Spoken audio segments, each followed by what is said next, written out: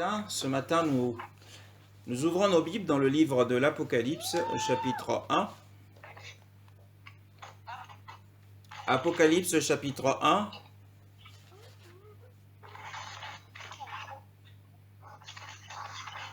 Apocalypse, chapitre 1, le premier verset.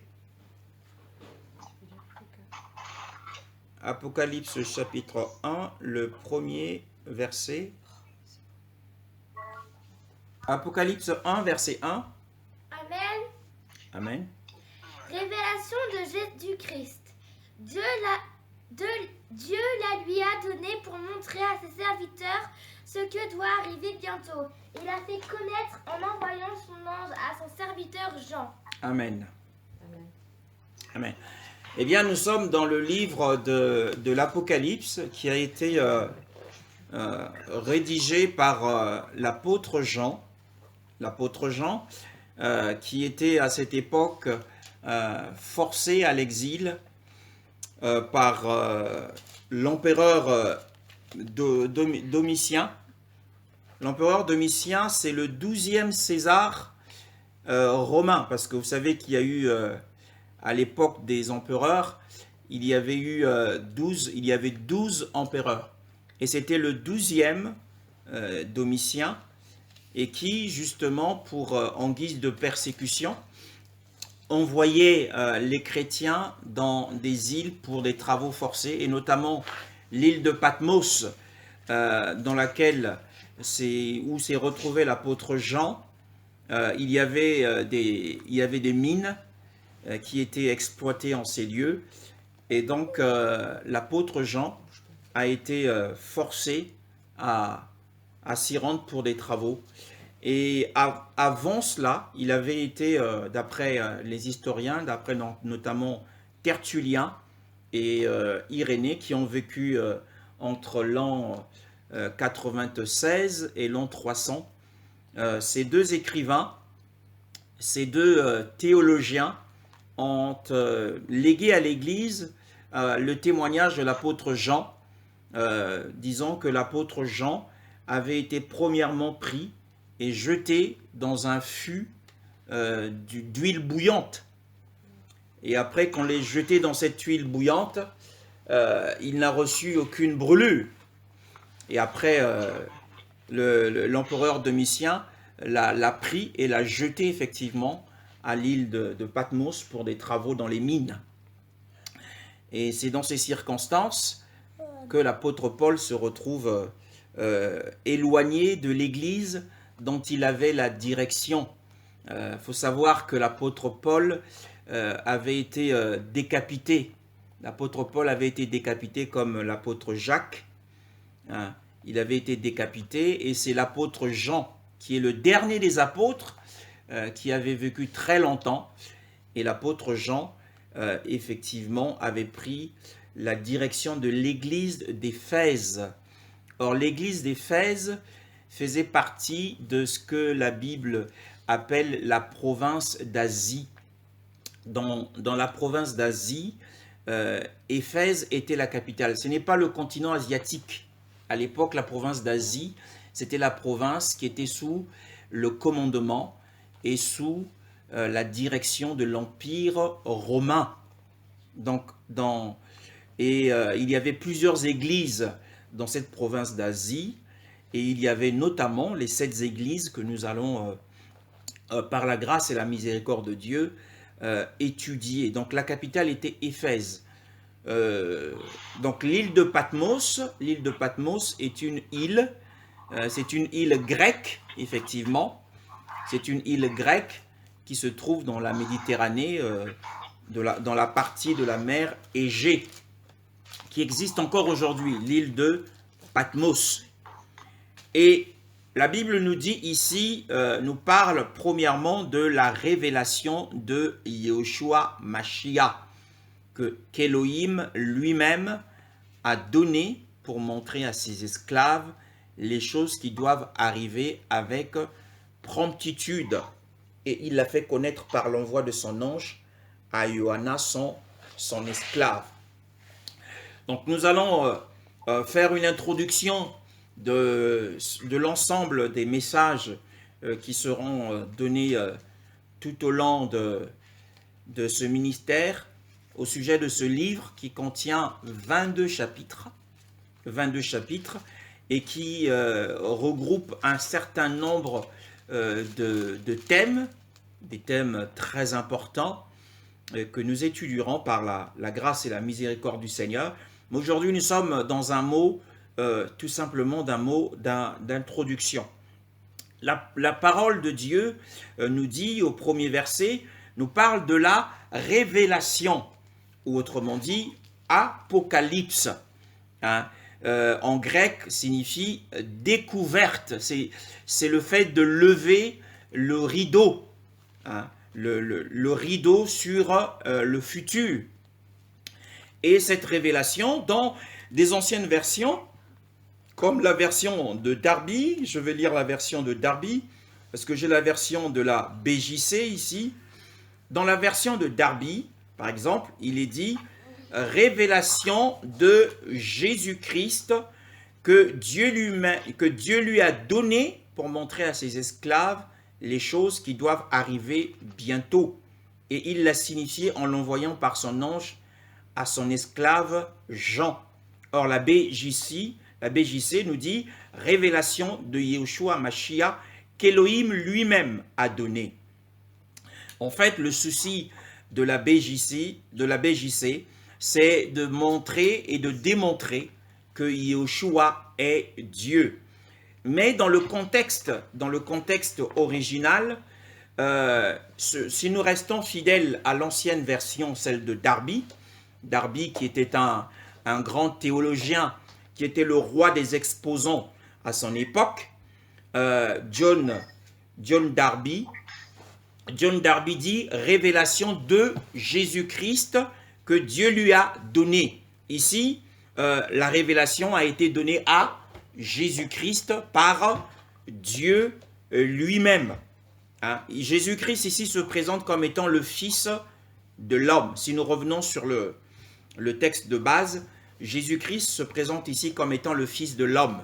Il y a un texte qui montre à quel moment est-ce que Dieu le Père a donné à Jésus-Christ cette révélation. Nous allons le voir, c'est dans Apocalypse chapitre 5.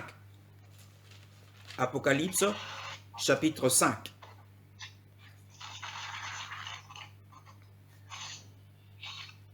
Apocalypse chapitre 5, à partir du premier verset jusqu'au verset 7. Amen. Oui, frère. Puis je vis dans la main droite de celui qui était assis sur le trône un livre écrit en dedans et en dehors, celui de 7 sceaux. Et je vis un ange puissant qui criait d'une voix forte, qui est digne d'ouvrir le livre et d'en rompre les sceaux.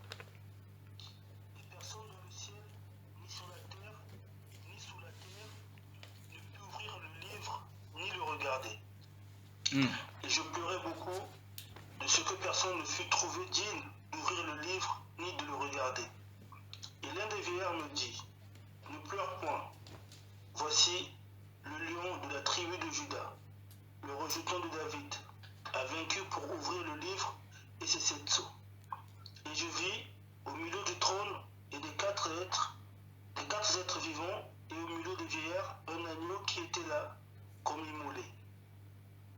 Il avait 7 cornes et 7 yeux, qui sont les 7 esprits de Dieu envoyés par toute la terre. Il vint et il prit le livre de la main droite de celui qui était assis sur le trône. Amen. Amen. Et il vint et il prit. Donc on voit l'action. Il prit le livre de la main droite de celui qui est assis sur le trône. Donc en fait, ce passage, le verset 7, explique ce qui s'est passé, ce que l'apôtre Jean essaie de nous dire au tout début, selon la version de Darby, la révélation de Yeshua que Dieu lui a donnée. Et à quel moment Dieu lui a donné? C'est le verset que vient de lire le frère d'Yves. Il a pris le livre dans la main droite de celui qui était assis sur le trône. Et ce livre, c'est comme du papier sulfurisé. C'est un parchemin, c'est un rouleau qui est éternellement long. Et dans ce rouleau, il y a toute la révélation. Hein? Et donc la révélation, en réalité, qui est de la découverte du futur, a été donnée à Jésus-Christ par celui qui est assis sur le trône. Donc celui qui est assis sur le trône a donné au Fils de l'homme, puisque le chapitre 1 nous parle, le verset 13, hein? Le verset 13, bien aimé. Si tu lis le verset 13 du chapitre 1.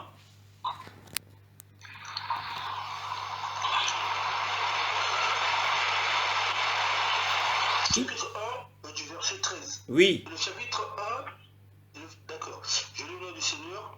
Et au milieu des 7 chandeliers, quelqu'un qui ressemblait à un fils d'homme, vêtu d'une longue robe et ayant une ceinture d'or sur la poitrine. Amen. Voilà. Donc, selon l'introduction, la présentation que fait l'apôtre Jean, la personne qui présente Yeshua Mashiach, il le présente ici comme étant le fils, un fils d'homme, c'est-à-dire le fils de l'homme. Et déjà dans les évangiles, lui-même s'est présenté comme étant le fils de l'homme.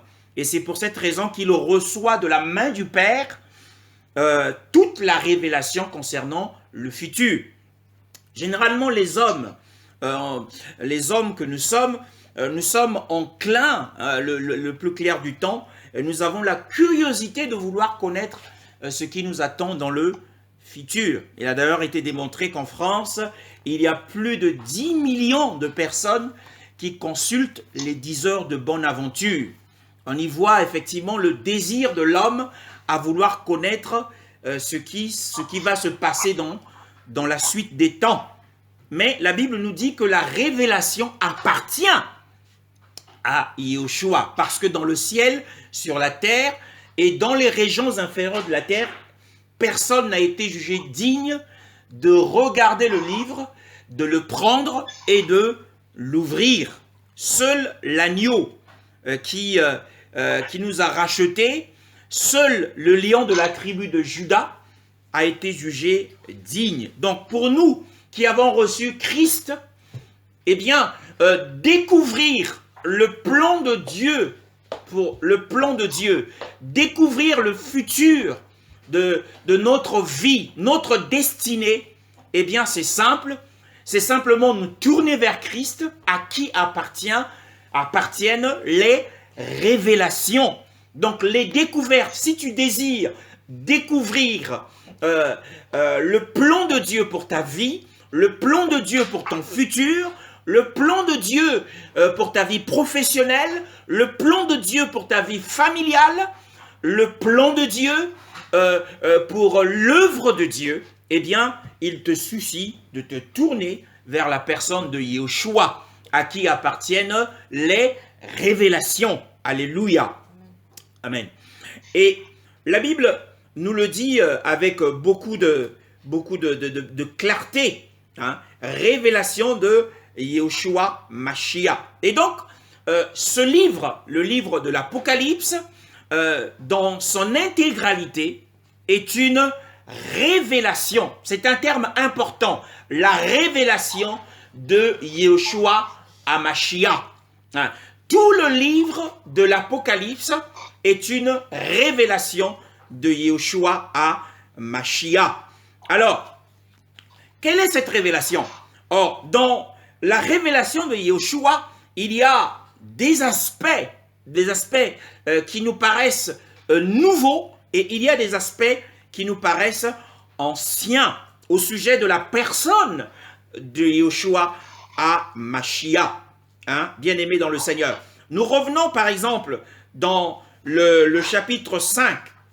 Le chapitre 5 que le frère Div a lu tout à l'heure, hein, à propos de la révélation de la personne de Yeshua. Donc, dans la révélation de la personne de Yeshua, il y a des choses qui sont nouvelles. Hein. Par exemple, le verset 6, frère. Alors, je lis au nom du Seigneur. Oui. Le verset 6. Et je vis au milieu du trône 4 êtres vivants et au milieu des vieillards, un agneau qui était là comme immolé. Il avait 7 cornes et 7 yeux, qui sont les 7 esprits de Dieu envoyés par toute la terre. Oui, amen. Donc nous voyons rien qu'à travers ce verset, un aspect de la révélation de Yeshua que nous ne connaissions pas avant. Je vais prendre un autre exemple. Dans les évangiles, l'évangile de Jean par exemple, on retourne dans les évangiles. L'évangile de Jean au chapitre 1, le verset 29. Évangile de Jean. Oui, frère. Je lis au nom du Seigneur. Oui. Le lendemain, il vit Jésus venant à lui et il dit, voici l'agneau de Dieu qui ôte le péché du monde. Amen. Voici l'agneau de Dieu qui ôte le péché du monde. Jean le Baptiste a reçu la révélation et il a dirigé ses premiers disciples vers la personne révélée qui est Yeshua en tant qu'agneau de Dieu qui enlève le péché du monde. Et c'est une ancienne révélation que nous connaissons tous. C'est un aspect ancien de la révélation de la personne de Yeshua. Mais maintenant, lorsque nous reconsidérons le chapitre 5 d'Apocalypse et le verset 6, nous voyons que il y a un aspect nouveau dans ce que Jean-Baptiste n'avait pas vu. Jean-Baptiste avait juste vu un agneau. Voici l'agneau de Dieu qui enlève le péché du monde. Mais ici, l'apôtre Jean, lorsqu'il est sur l'île de Patmos, il a un autre aspect de la révélation de la personne de Yeshua que nous ne connaissions pas dans les évangiles. Alléluia. Hein. La Bible dit au verset 6 que l'agneau qui se tenait debout comme tué ou immolé avait 7 cornes et il avait 7 yeux. Hein. Ça, c'est quelque chose de nouveau. Un agneau, un animal, Christ dans l'Apocalypse porte 7 yeux. Hein. C'est quelque chose que l'on ne connaissait pas dans les évangiles. Donc la révélation dont parle l'apôtre Jean au tout début de son épître, l'épître de l'Apocalypse, eh bien, concerne à la fois des aspects anciens, c'est un agneau, ça nous le savions, mais nous ne savions pas que cet agneau avait 7 yeux. C'est quelque chose de terrible. C'est quelque chose qui dépasse l'ordre naturel des choses. Parce que si nous tombons, nous rencontrons un animal avec 7 yeux, soit nous serons terrifiés, soit nous nous demanderons, est-ce que nous sommes devenus fous? Nous avons des hallucinations. Donc c'est un aspect nouveau. Donc la révélation de Yeshua inclut des aspects anciens et des aspects nouveaux. Alléluia. Revenons toujours dans Apocalypse chapitre 1 au sujet de la révélation de Yeshua. Et la Bible nous dit ceci par exemple, le verset 16, frère, le verset 16. Le verset 16 le verset 16, ok. De chapitre 1. Je lis mon Seigneur. Il avait dans sa main droite 7 étoiles. De sa bouche sortait une épée aiguë à 2 tranchants et son visage était comme le soleil lorsqu'il brille dans sa force. Amen. Donc là également, nous avons un aspect nouveau, une nouvelle chose au sujet de la révélation de la personne de Yeshua. Regardons par exemple, pour faire nous sommes en train de faire une comparaison du Christ des évangiles et le Christ que Jean a rencontré sur l'île de Patmos. Évangile de Luc, chapitre 4, le verset 22.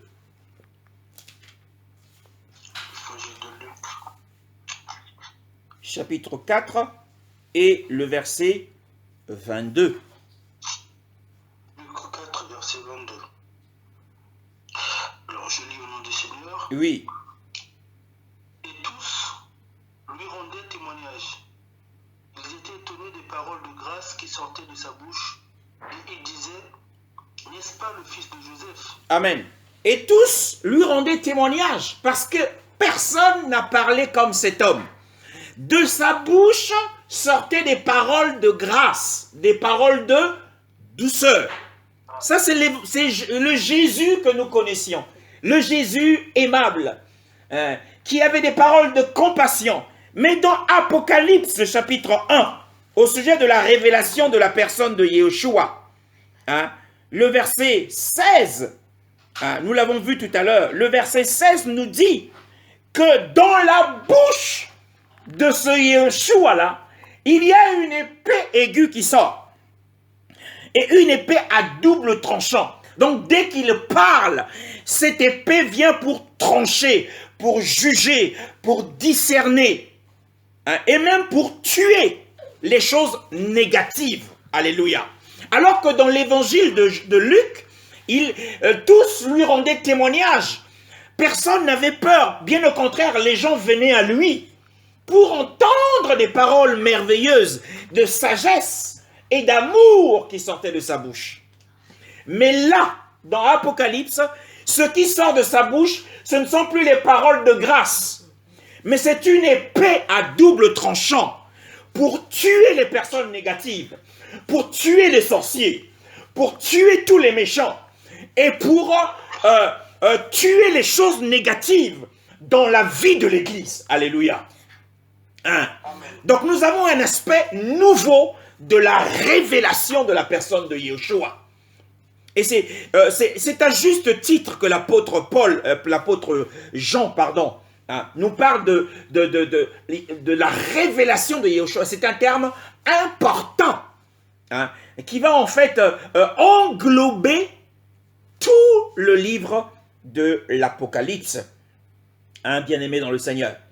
Et donc il avait aussi dans sa main 7 étoiles, qui sont les sept anges des églises. Mais aussi sur son visage était comme le soleil qui brille dans sa force. Ça, ce sont les aspects de la révélation de Yeshua. Sur les choses qui doivent arriver avec, on revient sur le verset 1, que Elohim lui-même a donné pour montrer à ses esclaves les choses qui doivent arriver avec promptitude. Et il a fait connaître par l'envoi de son ange à Johanna, son esclave. Donc en fait, ce livre en soi, ce livre de l'Apocalypse, bien-aimé dans le Seigneur, est une révélation donnée par Yeshua lui-même. C'est pour cette raison que lorsque nous plongeons nos regards dans ce livre, eh bien, une pluie de bénédictions, est en train de tomber sur nous. Une pluie de bénédictions, bien-aimés dans le Seigneur. Il y a une pluie de bénédictions parce que c'est une écriture qui est donnée par Jésus lui-même. Il a envoyé son ange auprès de Jean. L'ange a servi de messager auprès de Jean pour lui faire connaître ce que Yeshua a révélé et qu'il a reçu du Père. Yeshua ici comme étant le Fils de l'homme. Donc Yeshua a un double statut.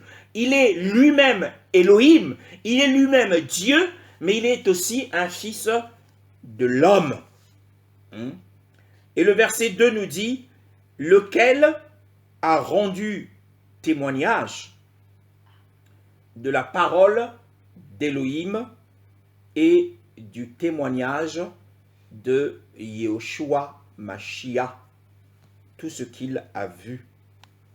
En fait, dans ces deux versets, nous avons deux termes importants. Le premier terme, c'est la révélation de Yeshua Mashiach. La révélation de Yeshua Mashiach, c'est Christ lui-même. Et le verset 2 nous parle du témoignage de la parole de Dieu et du témoignage de Yeshua Mashiach. Bien-aimé, lorsqu'on parle du témoignage, dans le mot témoignage, il y a le mot témoin. Or, un témoin se réfère à une personne. Un témoin se réfère à une personne. Et le témoignage, c'est ce qui caractérise la personne. Un témoignage, c'est le travail de la personne. C'est ce que fait la personne. Le témoignage fait référence à ce que l'on fait. Le témoignage fait référence à nos actes. Bien aimé. Le témoignage de Yehoshua Mashiach ici, ce n'est autre que l'Église. La révélation de Yehoshua Mashiach, c'est Mashiach lui-même, c'est-à-dire le Christ lui-même. Et le verset 2, lequel a rendu témoignage de la parole d'Élohim, qui est encore Christ, puisqu'il est appelé la parole de Dieu, et du témoignage de Yehoshua HaMashiach. Le témoignage de Yehoshua HaMashiach, c'est l'Église. Donc, il y a dans ce livre deux choses importantes qui vont être traitées. Les deux choses importantes du livre de l'Apocalypse sont la révélation de Yehoshua Mashiach et le témoignage de Yehoshua Mashiach qui est l'Église. Le témoignage de Yehoshua Mashiach, c'est l'Église. Et l'Église témoigne de Yehoshua Mashiach révélé. Pourquoi? L'Église, c'est le témoignage de Yehoshua Mashiach révélé. Donc il y a un lien entre la révélation de Yehoshua Mashiach dans ses aspects anciens et dans ses aspects nouveaux. Et il y a un lien avec le témoignage de Yehoshua Mashiach qui est l'Église. Car l'Église, son rôle, c'est de témoigner de Yehoshua Mashiach qui a été révélé. Alléluia. Et tout au long de ce livre, bien-aimé, nous allons nous attarder sur la révélation de Yehoshua Mashiach dans ses aspects anciens et dans ses aspects nouveaux. Et nous allons nous attarder sur le témoignage de Yehoshua Mashiach qui est l'Église. Ce sont les termes les plus importants de ce livre. Mais comment savoir, la question qui peut se poser aujourd'hui est de se dire, mes frères, pourquoi dis-tu que l'Église est le témoignage de Yehoshua Mashiach? 2 Corinthiens chapitre 3, le verset 2 à 3. 2 Corinthiens chapitre 3, le verset 2 à 3. 2 Corinthiens chapitre 3. 2 Corinthiens 3. 2 Corinthiens 3, le verset 2 à 3.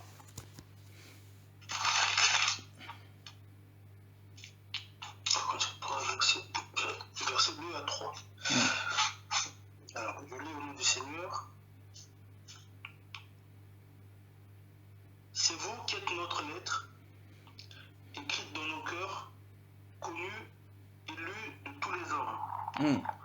Vous êtes manifestement une lettre de Christ, écrite par notre ministère, non avec de l'encre, mais avec l'esprit du Dieu vivant, non sur des tables de pierre, mais sur des tables de chair sur les cœurs. Amen. Amen. Le verset 2 nous dit que nous sommes une lettre.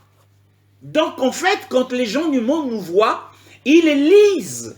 Donc nous sommes un témoignage vivant. L'Église est un témoignage vivant de Yehoshua Mashiach. Lorsque nous nous regroupons pour adorer, pour louer, pour chanter pour Dieu, nous sommes l'expression de Yehoshua Mashiach. Nous sommes le produit de son témoignage. Quel est le témoignage de Yehoshua Mashiach lorsqu'il est venu dans ce monde? Lorsqu'il a eu l'incarnation, il a vécu dans ce monde. La Bible l'appelle dans Apocalypse chapitre 1. Nous allons venir, revenons dans le chapitre 1. Revenons dans le chapitre 1. La Bible dit, lorsqu'il présente Yehoshua Mashiach, le verset 5, Apocalypse 1, verset 5. Oui. Je lis au nom du Seigneur. Et de la part de Jésus-Christ, le témoin fidèle, Amen. le premier-né. Amen. Amen. Tu peux t'arrêter là. Le témoin fidèle. Donc, il est témoin fidèle par rapport à son Dieu, par rapport à son Père, qu'il a envoyé pour exercer un ministère, pour une mission sur la terre. Et quel était son témoignage? Son témoignage, c'est lorsque, justement, il est passé à la croix, après son obéissance totale à la volonté de son Père, à la croix, il a produit, le soldat romain a pris une lance et l'a percé le côté. Et de ce côté sont sortis le sang et l'eau. Et l'Église est née. L'Église est née à partir de l'œuvre de la croix produite, faite par Christ. Et donc, l'Église est le témoignage, le produit de Christ. Donc, lorsqu'on veut savoir quelles sont les preuves, quelles sont les preuves de la mission de Yeshua, les preuves de la mission de Yeshua, c'est vous et moi. Nous sommes sa couronne, nous sommes son témoignage. Et quelle responsabilité est la nôtre, hein, bien-aimé? Si nous sommes le témoignage de Yeshua Mashiach, nous devons, en tant que l'être vivante, le représenter, le témoigner aux yeux du monde. Hein, nous sommes une lettre écrite et lue par tous les hommes, bien-aimés dans le Seigneur. Lue et écrite et lue par tous les hommes. Donc les hommes nous observent pour voir si effectivement par notre conduite, dans ce que nous faisons, dans ce que nous disons, si nous sommes conformes au témoignage de Yeshua tel qu'il est stipulé dans la parole de Dieu. Donc le témoignage de Yeshua Mashiach ici, c'est l'Église. Hein? C'est l'Église. Maintenant, nous sommes toujours dans ce mot d'introduction. Hein? Et le témoignage de Yeshua Mashiach, nous avons dit, c'est l'Église. Et ce témoignage a plusieurs aspects. L'Église, en tant que témoignage de Yeshua Mashiach, dans le livre d'Apocalypse, a 9 aspects. Hein? 9 aspects. Et nous avons lu d'ailleurs dans la vision de cette œuvre, de ce ministère, nous avons donné 9 cas qui se figurent dans l'évangile de Jean, qui représentent les besoins de l'humanité dans leur plénitude et qui sont en fait résolus à travers les 9 cas que nous avons cités, qui se figurent dans l'évangile de Jean. Les 9 cas qui sont les 9 miracles que Yeshua a accomplis dans l'évangile de Jean. Mais maintenant, au sujet du témoignage de Yeshua Mashiach, il y a 9 aspects. Il y a 9 aspects de l'Église à travers ce livre. C'est ce que nous allons commencer à parcourir. Hein, et la Bible nous dit, toujours dans ce même chapitre, que Yeshua Mashiach, le frère va pouvoir lire. Amen. Le verset 12.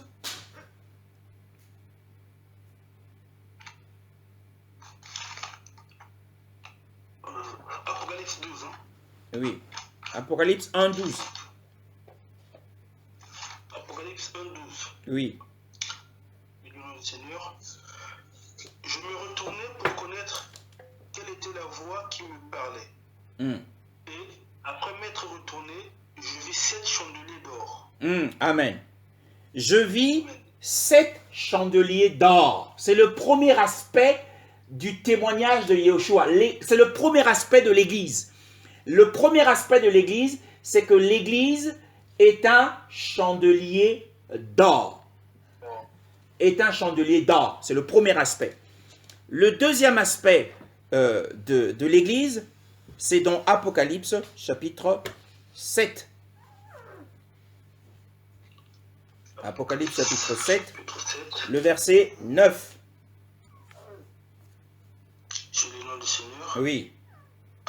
Après cela, je regardais, et voici, il y avait une grande foule que personne personne ne pouvait compter, de toute nation, de toute tribu, de tout peuple et de toute langue.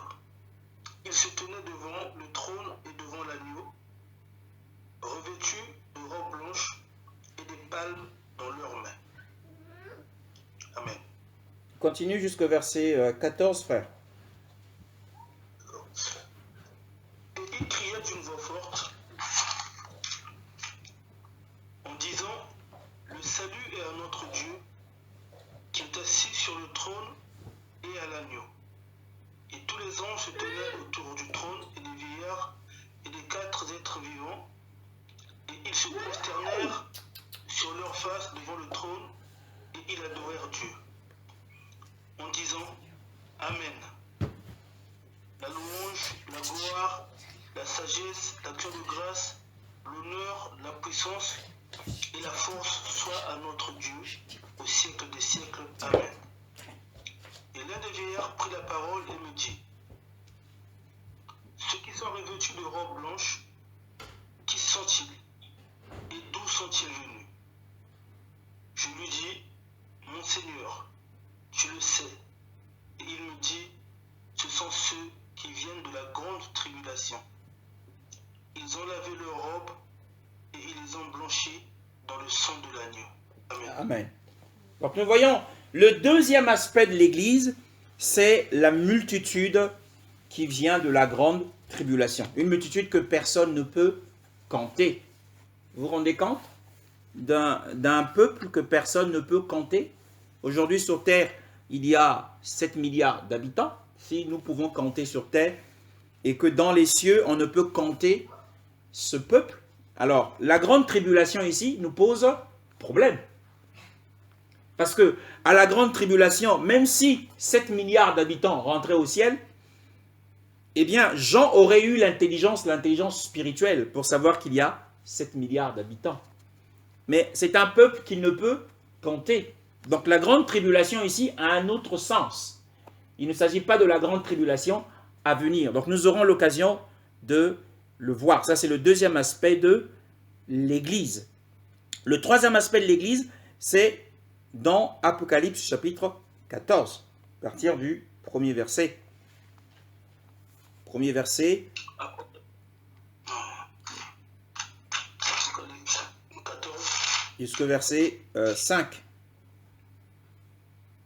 Je me loue le Seigneur. Oui. Je regardais, et voici l'agneau se tenait sur la montagne de Sion, et avec lui 144 000 personnes, qui avaient son nom et le nom de son Père écrit sur leur front. Et j'entendis du ciel une voix comme un bruit de gros eaux, comme le bruit d'un grand tonnerre. Et la voix que j'entendis était comme celle de joueurs de harpe jouant de leur harpe.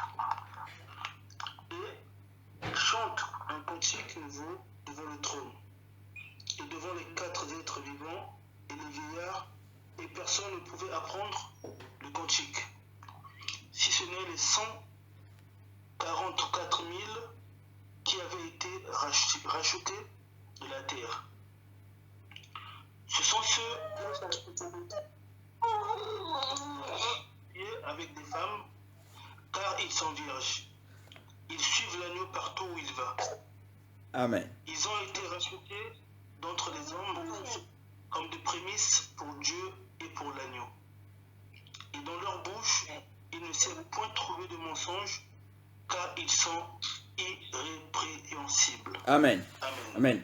Mon frère, c'est important de lire à haute voix cette parole ou cette partie des Écritures, parce que la Bible dit « Béni est celui qui lit les prophéties de ce livre. » Et ceux qui les entendent aussi sont bénis. Et donc cette lecture est une lecture bénissante, hein, qui attire pour ta famille que de la bénédiction. Donc ça c'est nous sommes sur le troisième aspect de l'Église, hein, parce qu'en fait nous sommes en train de voir les 9 aspects de l'Église, mais nous aurons effectivement l'occasion tout au long de cette étude que le Saint-Esprit a ordonné que nous puissions faire, puisqu'il a ordonné que nous puissions lire tout l'Apocalypse, nous aurons l'occasion d'entrer dans les profondeurs des 9 aspects de l'Église qui est le témoignage de Yeshua Mashiach sur la terre, bien sûr. Et donc, Apocalypse 14, tu as lu le premier jusqu'au verset 5, et le verset 14 à 15.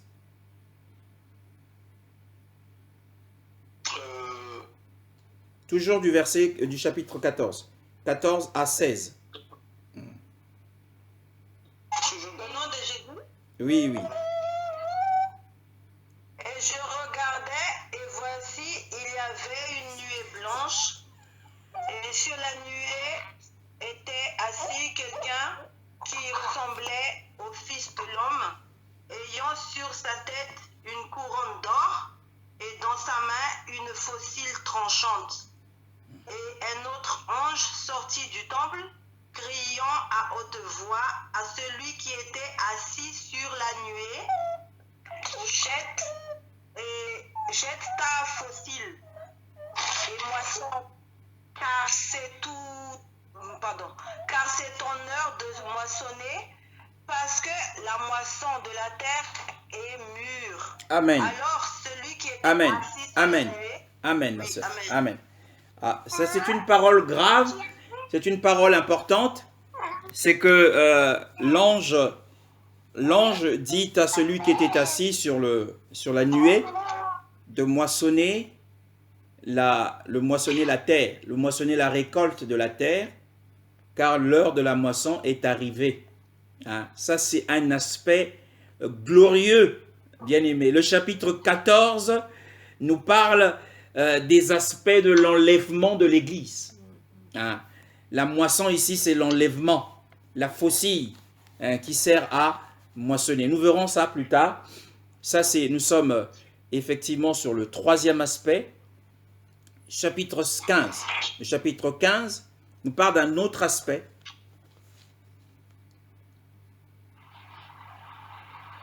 Chapitre 15, le verset 2. Chapitre 15, verset 2. Oui. Alors, 15, verset 2. Qui avait remporté la victoire sur la bête et sur son image et sur sa marque et sur le nombre de son nom, debout sur la mer de Vert. Amen. Oui. Amen. Voilà. Donc là également, c'est un autre aspect de l'Église qui parle des vainqueurs qui sont sur la mer de Vert. Et nous expliquerons par la miséricorde du Seigneur ce que signifie cet aspect de l'Église. C'est le quatrième aspect. Et ensuite, nous avons Apocalypse 17.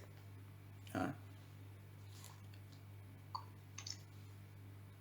Apocalypse 17, qui nous parle également de l'armée, qui commence par nous parler de l'armée de l'agneau. Hein. Le verset 14.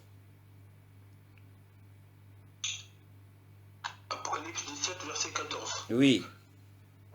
Du nom du Seigneur, ils combattront contre l'agneau, et l'agneau les vaincra, parce qu'il est le Seigneur des seigneurs et le roi des rois, et les appelés, les élus et les fidèles qui sont avec lui, les vaincront aussi. Amen. Voilà. Amen. Donc, les appelés, les élus, les fidèles font partie de l'Église. Hein, c'est un autre aspect de l'Église. Donc, la victoire que nous aurons sur la prostituée et la bête, hein, l'antéchrist. Et donc, c'est un autre aspect de l'Église. Le chapitre 19, hein, chapitre 19, qui est aussi un chapitre merveilleux de la parole, et le verset 6. Le verset 6. Hein. Au nom de Jésus, Amen. j'entendis ensuite comme la voix d'une grande assemblée, et comme le bruit de grandes eaux, et comme l'éclat de grands tonnerres, Alléluia, car le Seigneur, notre Dieu Tout-Puissant, a pris possession de son royaume. Réjouissons-nous et tressaillons de joie